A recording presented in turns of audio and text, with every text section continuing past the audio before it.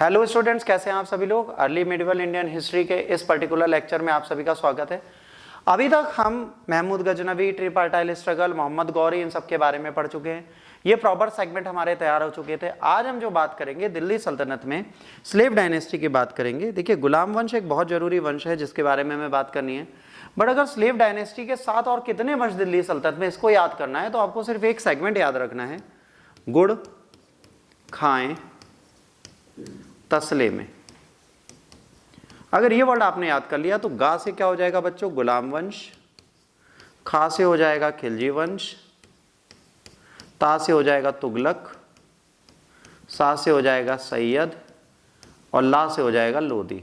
तो ये 5 वंश यहाँ पे शासन कर रहे थे। अब एक क्वेश्चन पूछा जाता है, कौन से तुर्की थे, कौन से अफगानी थे। इनके बारे में हम अगले सेगमेंट में बात कर लेंगे। तो अब बात आती है इनके टाइम फ्रेम की।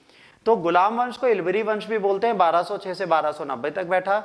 खिलजी वंश 1290 से 1320, तुगलक वंश 1320 से 1413, सैयद वंश 1414 से 1451, लोदी 1451 से 1526। और 1526 में पानीपत के प्रथम युद्ध के बाद बाबर ने किस चीज की स्थापना कर दी, मुगल वंश की। तो 2 इस्लामिक बड़े राजवंश आए, पहला आपका था दिल्ली सल्तनत और दूसरा था मुगल। अब इसमें आगे अगर बात करते हैं तो हमने आपसे पूछा कौन से तुर्क थे, तो शुरुआत के 3 तुर्क थे, लास्ट के दोनों अफगानी थे। इनके फाउंडर आपको याद रखने, गुलाम वंश एलबरी में कुतुबुद्दीन ऐबक आते हैं, खिलजी में आपके जलाउद्दीन खिलजी आते हैं, तुगलक में आपके गयासुद्दीन तुगलक आते हैं, सैयद में आपके खिज्र खान आते हैं और लोदी में बहलोल लोदी आते हैं। ये टेबल आपको याद रखना है। तो शुरुआत के 3 तुर्क और लास्ट के 2 अफगानी शासक थे। अब यहां पर इलबरी डायनेस्टी की स्टैब्लिशमेंट होती है, ठीक है। इन्हें स्लेव और मामलुक डायनेस्टी भी बोला जाता है। इसमें सिर्फ शुरुआत के 3 रूलर कुतुबुद्दीन ऐबक, इल्तुतमिश और बलबन स्लेव थे। ऑल द इन सब में से कुतुबुद्दीन ऐबक को छोड़ के बाकी सबको क्या था, अपनी दास्ता से मुक्ति मिल गई थी। कुतुबुद्दीन ऐबक ट्राइब के थे। इनको मोहम्मद गौरी की डेथ के बाद लाहौर में क्या किया, राजगद्दी पे बैठाया गया। इन्होंने कोई नई कॉन्क्वेस्ट नहीं की, मतलब कोई नया टेरिटरी नहीं विन किया। 1206 से 1210 तक शासन किया। 1210 में ये घोड़े से हॉर्स पोलो खेल रहे थे, जिसे चौगन बोलते हैं। ये गिर गए और इनका निधन हो गया। इनके बारे में था, ये बहुत ज्यादा दानवीर थे, इसीलिए इन्हें लाख बख्श बोला जाता है। इन्होंने कुतुब मीनार का निर्माण स्टार्ट कराया। ये क्वेश्चन याद कर रखना, सूफी सेंट ख्वाजा कुतुबुद्दीन बख्तियार काकी की याद में कुतुब मीनार बनाई गई है, किसी और व्यक्ति की याद में कुतुब मीनार की स्थापना नहीं की गई। इन्होंने हसन निजामी नामक हिस्टोरियन को पैट्रनेज किया था, जिसने तुझ ए मुसीर लिखी।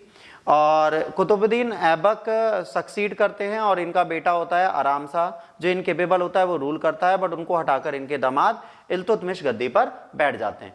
इल्तुतमिश को वास्तविक संस्थापक दिल्ली सल्तनत का माना जा सकता है। इल्तुतमिश कुतुबुद्दीन ऐबक की डेथ के बाद गद्दी पर बैठते हैं। उस समय गवर्नर थे बदायूं के।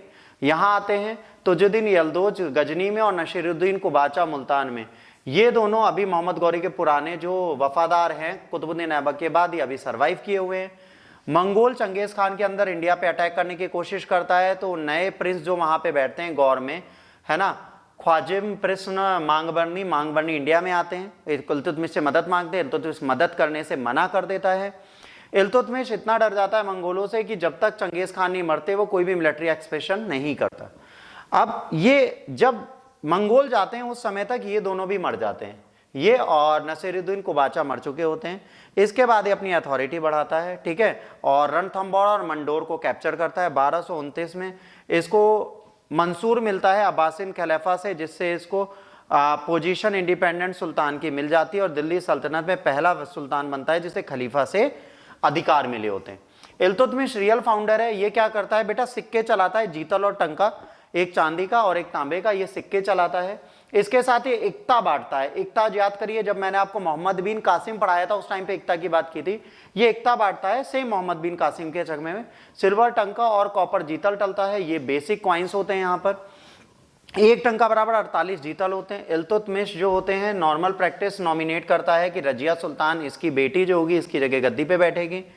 इनकी डेथ के बाद तुर्किश नोबल इनके बेटे रुकनुद्दीन फिरोज को बैठा देते हैं। तो रजिया जुम्मे की नमाज वाले दिन दिल्ली की जनता से जाके कहती है मेरे अब्बू ने मुझे बैठाया था, तो दिल्ली की जनता उन्हें बैठा देती है। और ये कहा जाता है कुतुब मीनार का निर्माण जो कुतुबुद्दीन ऐबक ने स्टार्ट किया था उसको पूरा करने का काम इल्तुतमिश ने किया। तो वास्तव में दिल्ली सल्तनत की स्थापना इल्तुतमिश ने की।